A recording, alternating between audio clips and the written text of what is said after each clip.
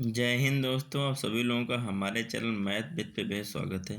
तो आज हम बात करेंगे एकलव्य आदर्श आवासीय विद्यालय में टीजीटी मैथ का सिलेबस क्या क्या है। ठीक है, तो आइए चलते हैं, सिलेबस देखते हैं। देखिए, सबसे पहले सिलेबस टीजीटी जो कॉमन पार्ट होता है, कॉमन पार्ट जो आपका कितने 30 नंबर का आएगा, मतलब लैंग्वेज जो आएंगी उसका सिलेबस है। सबसे पहले जीए में क्या आएगा, जनरल अवेयरनेस में क्या आएगा, ये देखिए क्या लिखा है, general knowledge and current affair with special emphasis in the field of education.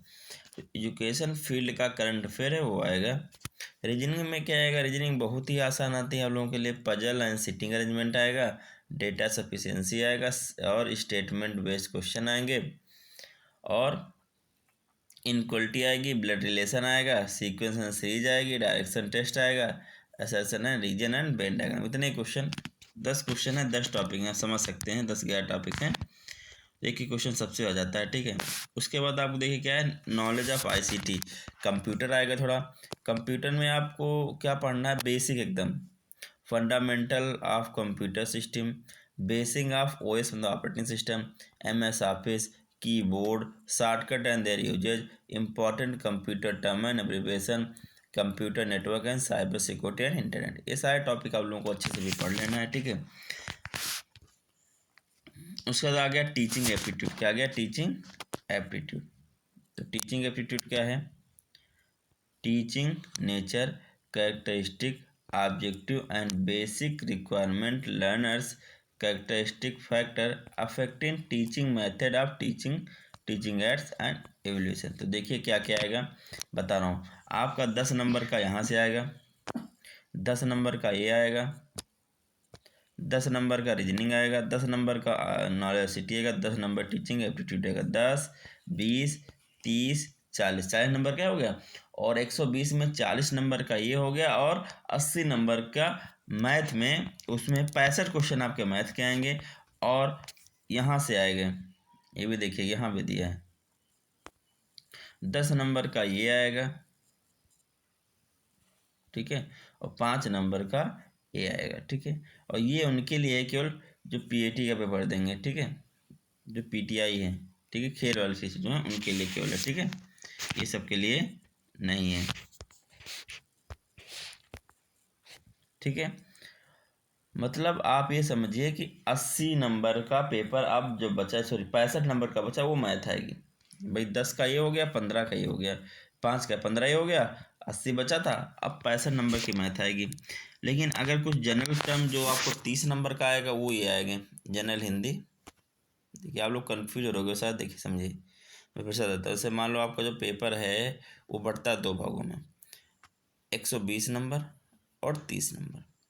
ये 30 नंबर क्वालिफाइंग होते हैं, ये आएगा, इसमें हिंदी आएगी, इंग्लिश आएगी, और आपकी एक लैंग्वेज आपको चुननी हो, जो भी कोई भी लैंग्वेज आप चुन सकते हो। ठीक है, मान लो आप हिंदी चुनते तो ये भी हिंदी। इसके तो 10 क्वेश्चन आपके आएंगे। 120 में क्या हुआ, 65 क्वेश्चन तो आपके मैथ के आएंगे, 65 क्वेश्चन आपके मैथ के आएंगे। बाकी जो 5 क्वेश्चन, 10 क्वेश्चन एनईपी हो गया, और 10 क्वेश्चन जो हो गए केस बेस हो गए, और 5 क्वेश्चन एनईपी से आ जाएंगे। ठीक है, ये आपको पूरा प्रारूप आएगा। ठीक है, तो ऐसे है। तो आइए मैथ का सिलेबस देखते हैं। इंग्लिश का है, हिंदी का, मैथ का। देखिए पहला टॉपिक जो है वो आपका क्लास 10th का है। क्या दिया गया, रियल नंबर। क्या दिया गया, रियल नंबर। लिखा है representation of natural number, integers, rational number on the number line, representation of terminating and non terminating recurring decimal on the number line through successive magnification. उठा के पूरा पूरा हाई स्कूल का सिलेबस छाप दिया है, तो आपको वहाँ नंबर लाइन पे कुछ नहीं करना है। ठीक है, आपको नंबर लाइन कुछ नहीं आता है। ठीक है, और ये पूरा हाई स्कूल का ही छापा है। ठीक है, 10th का, हाई स्कूल का क्लास 10th, ये अलग है, ये आप लोगों ने सीधा नहीं पढ़ा हो, ये आप लोगों को पढ़ना पड़ेगा बेहद। इस साल तो इससे क्वेश्चन 1 या 2 क्वेश्चन टॉपिक से देखने को मिला था। एलिमेंट्री नंबर 3 ये आपको अलग से पढ़नी पड़ेगी। ठीक है, बीएससी और एमएससी दोनों का टॉपिक है। पियानो ऑक्जिम हो गई, प्रिंसिपल ऑफ इंडक्शन हो गया, first principle, second principle, third principle, ये तो आपके इंटर का है। ठीक है, ये आपको मिलेगी बीएससी में, Peano axiom. Greatest integer function, ये तो आपको 10th में उसमें मिल जाएगा।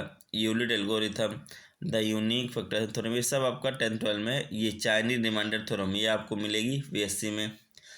सम of divisor of a number, Euler totient function, ये सब बीएससी का। Theorem of Fermat and Wilson, ये सब बीएससी का आपका है, ठीक है। इसमें कुछ ये बीएससी के, लेकिन क्वेश्चन बहुत ही रेयर केस में इनसे बनता है, ठीक, लेकिन एक बार पढ़ लेना। अब आपका क्या मैट्रिक्स क्लास 11th का है, ठीक है, ध्यान रखिएगा। पॉलिनोमियल क्लास 10th का है।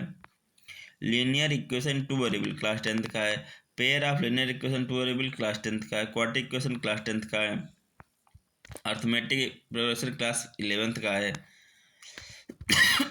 इनइक्वलिटी, अब यहाँ भी थोड़ा ध्यान रखना, इक्वलिटी क्लास 10th में दिया गया एसएससी बोर्ड में, 11th में दिया गया सीबीएसई में। ये तो वही है, ये भी वही है। ये काची स्वजन इक्वलिटी, इसको पढ़ लेना, इससे क्वेश्चन आया था इस बार शायद, ठीक है। आगे देखिए कॉम्बिनेशन, सॉरी कॉम्बिनेटर, मतलब इसमें क्या है, इसमें आप देखिएगा ये भी थोड़ा सा बीएससी से ही है। फ्यूजन होल प्रिंसिपल इंपॉर्टेंट है। रिकरेंस रिलेशन सॉरी, ये भी आपका थोड़ा सा बीएससी से है। कैलकुलस क्लास 11 से है और 12 से मिक्सअप है। इसमें आपका सेट आएगा, फंक्शन एंड द ग्राफ आएंगे, पॉलिनोमियल, साइन, कॉस, ये सब आएंगे तुम्हारे, और limit and continuity class 12th।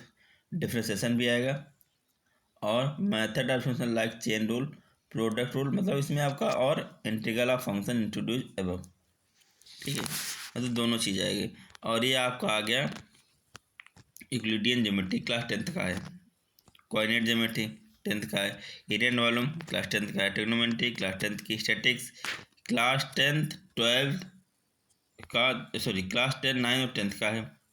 Probability आपका ये दिया है, क्लास 10 है, 12 है, 11 सबका दे दिया, और कुछ चीज़ें इसने बीएससी की भी डाल दी है, ठीक है। Hypothesis testing using standard normal word, ये आपकी क्लास 12th में नहीं। Curve fitting, curve correlation and regression, ये सब आपकी बीएससी में है, ठीक है।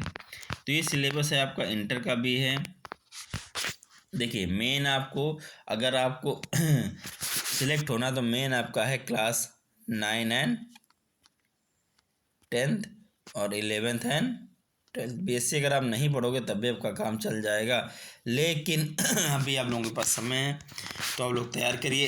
जैसे मैं बता रहा हूँ किस पे ध्यान देना आपको, सबसे अलग पढ़ोगे तभी होगा। आप अभी से कापी कलम उठाओ, और ये जो पियानो एग्जिम है, ये इसको, इस चैप्टर को पूरा आप एक बार पढ़ डालो, नोट्स बना लो अच्छे से इस टॉपिक को, एक दो क्वेश्चन सस्ता मिल जाए, ठीक है। अब कल से मैं क्या करूँगा, जो पुराना पेपर था उसके क्वेश्चन आना स्टार्ट करूँगा, ठीक है। तो कल वीडियो भी आएगा, उसमें मैं 1 या 2 3 आपको पेपर दिखाऊंगा, उसके बाद उसके 2 या 3 क्वेश्चन मैं आपको पहले शुरुआत में कम कम क्वेश्चन सॉल्व कराऊंगा, ठीक है। धीरे धीरे स्पीड को बढ़ाऊंगा, ठीक है। आप लोग क्या करना, जो क्वेश्चन मैं कराऊंगा उसको मैं ये बताऊँ कहाँ से है, किस टॉपिक से है, तो आप उस टॉपिक को थोड़ा ज़्यादा ध्यान दीजिएगा, ठीक। क्योंकि एकलव्य आदर्श आवासीय विद्यालय का जो पेपर हुआ केवल एक बार ही हुआ है, ठीक है। तो जब नेक्स्ट ईयर पेपर बनता है तो क्वेश्चन वहीं से उठाने का प्रयास होता है जहाँ से पहले क्वेश्चन आए हो, ठीक है। तो आप लोग थोड़ा सा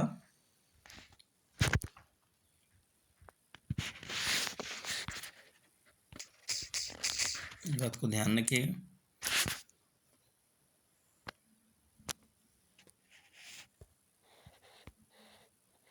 ओके दोस्तों, जय हिंद।